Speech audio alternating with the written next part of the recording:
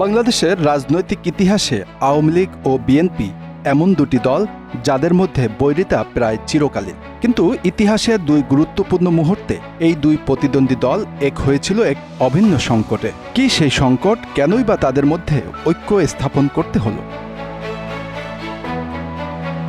1982 সালে 24 মার্চ এক সামরিক অভ্যুত্থানের মাধ্যমে জেনারেল হুসেইন মোহাম্মদ এরশাদ রাষ্ট্রক্ষমতা দখল করে নিজেকে প্রধান সামরিক আইন প্রশাসক হিসেবে ঘোষণা করেন।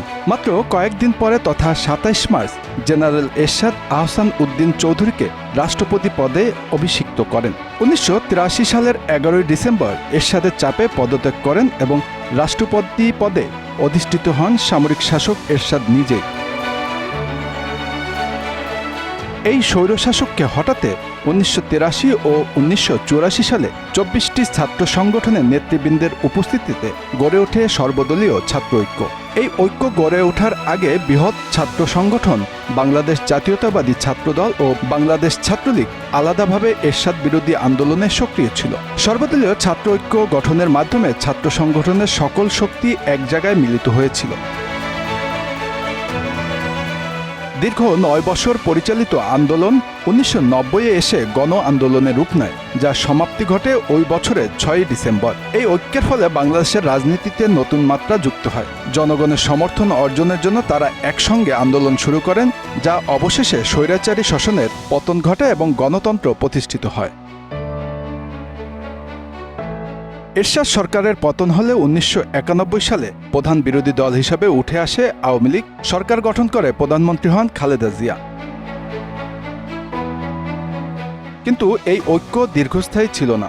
গণতন্ত্র পুনঃপ্রতিষ্ঠার পরে দুই দল আবারও নিজেদের স্বার্থে ফিরে যায় এবং প্রতিদ্বন্দ্বিতা আরও তীব্র হয়ে ওঠে। 2007 সালের 11 জানুয়ারি 1-11-এর মাধ্যমে বাংলাদেশের রাজনীতিতে এক নতুন অধ্যায় শুরু হয়। তত্ত্বাবধায়ক সরকারের অধীনে সামরিক সমর্থিত জরুরি অবস্থা ঘোষণা করা হয় এবং এর ফলে আওয়ামী লীগ ও বিএনপির প্রধান দুই নেত্রী শেখ হাসিনা ও খালেদা জিয়া গ্রেপ্তার হন। তাদের দুইজনকে রাজনীতি থেকে নির্বাসনে পাঠানোর একটি পরিকল্পনাও তখন বেশ চাউর ছিল, যা -2 ফর্মুলা হিসেবে পরিচিতি পায়। 1-11-এর পর বাংলাদেশ আওয়ামী লীগ ও বিএনপি উভয় দলেই বড় সংকটে পড়ে। সব ধরনের রাজনৈতিক কর্মসূচি নিষিদ্ধ ছিল, নতুন নতুন দলের আত্মপ্রকাশ ঘটতে থাকে। সেই পরিস্থিতিতে দ্বিতীয়বার ঐক্যবদ্ধ হয়েছিল দল দুটি। সেবার তাদের যৌথ কোনো কর্মসূচি না থাকলেও দাবি ছিল একই। দুই দলের চাপের মুখে শেষমেশ নির্বাচন দিতে বাধ্য হয় তৎকালীন সেনা সমর্থিত তত্ত্বাবধায়ক সরকার। সে নির্বাচনে বিজয় হয়ে সরকার গঠন করে আওয়ামী লীগ। বাংলাদেশের ইতিহাসে যে একটি নির্বাচন অবাধ, সুষ্ঠু ও নিরপেক্ষ হিসাবে দাবি করা হয়, তার একটি ছিল এই নির্বাচন।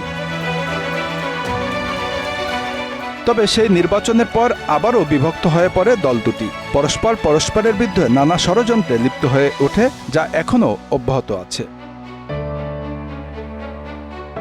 Bangla affairs news desk.